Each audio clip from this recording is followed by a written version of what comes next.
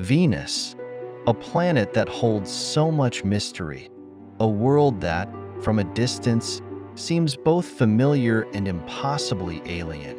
A twin to Earth in size and composition, yet a stark contrast in every other way. The harsh realities of this world are undeniable. A surface temperature that could melt lead, pressures so extreme they crush spacecraft in seconds, and clouds composed of sulfuric acid that blanket the planet in an eternal storm. For centuries, we have viewed Venus as a cautionary tale, a world far too hostile for life as we know it, a place where nothing can endure. But what if we were wrong? What if this apparent hellscape, this unbearable world, could instead be the cradle of humanity's future? What if the very challenges that make Venus seem so inhospitable are the same ones that will push our technological and human ingenuity to unprecedented heights? Above the surface, far beyond the reach of the fires below, lies a hidden possibility.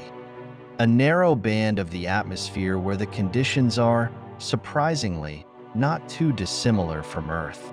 At altitudes between 50 and 60 kilometers, the pressure is nearly the same as on Earth, and temperatures hover around 30 degrees Celsius to 40 degrees Celsius. It's here, in the clouds of Venus, that we might find a future where humanity not only survives but thrives. Venus' surface is nothing short of a nightmare. With temperatures that hover around 450 degrees Celsius, hot enough to melt most metals, it's a world that seems designed to destroy anything that ventures too close.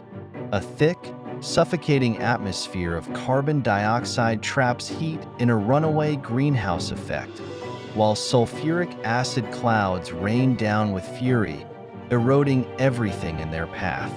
The surface pressure is over 90 times that of Earth's, crushing anything that dares to land.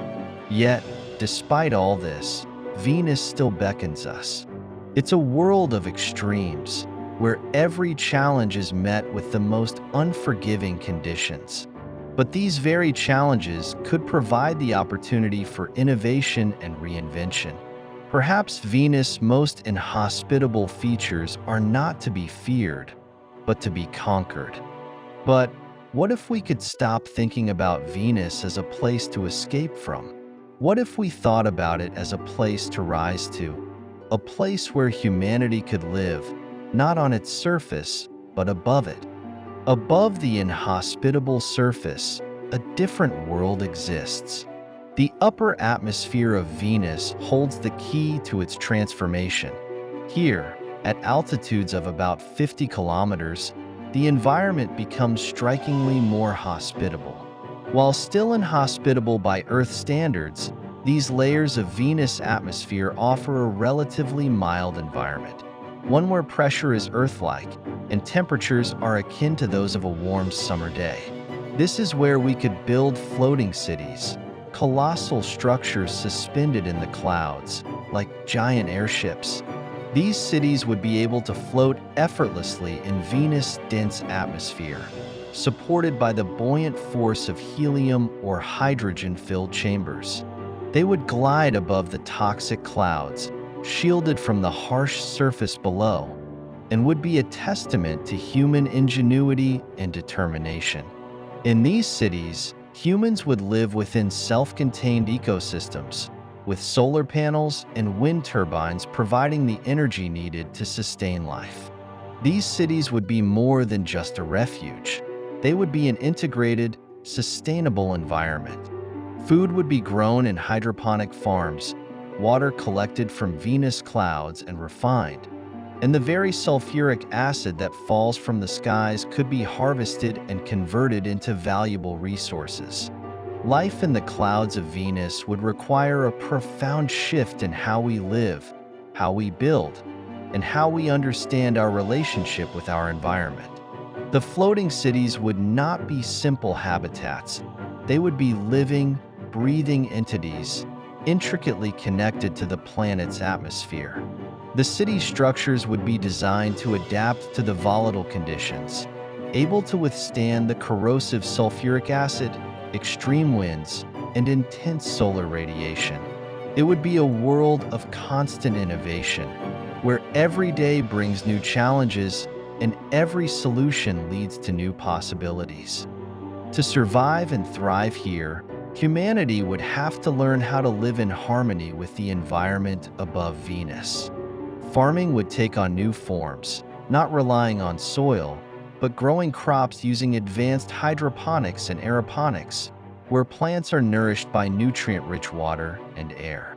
These farms would be the lifeblood of the city, feeding its population while also providing a sense of connection to the natural world. Building floating cities on Venus would require nothing short of revolutionary advances in technology. From creating materials that can withstand the extreme pressures and acidic environment of Venus clouds, to developing propulsion systems that can keep the cities aloft, every part of the construction would push the boundaries of what is possible. These cities would need to be constructed from materials capable of resisting the acidic atmosphere and enduring the relentless forces of Venus weather. New alloys, composites, and nanomaterials would need to be developed. In addition, harnessing the power of Venus' intense sunlight and wind would be key. Solar arrays and wind turbines would power the cities, while systems would be developed to capture the carbon dioxide and convert it into breathable oxygen. Even the sulfuric acid that rains from the sky could be harvested and purified into water or converted into fuel.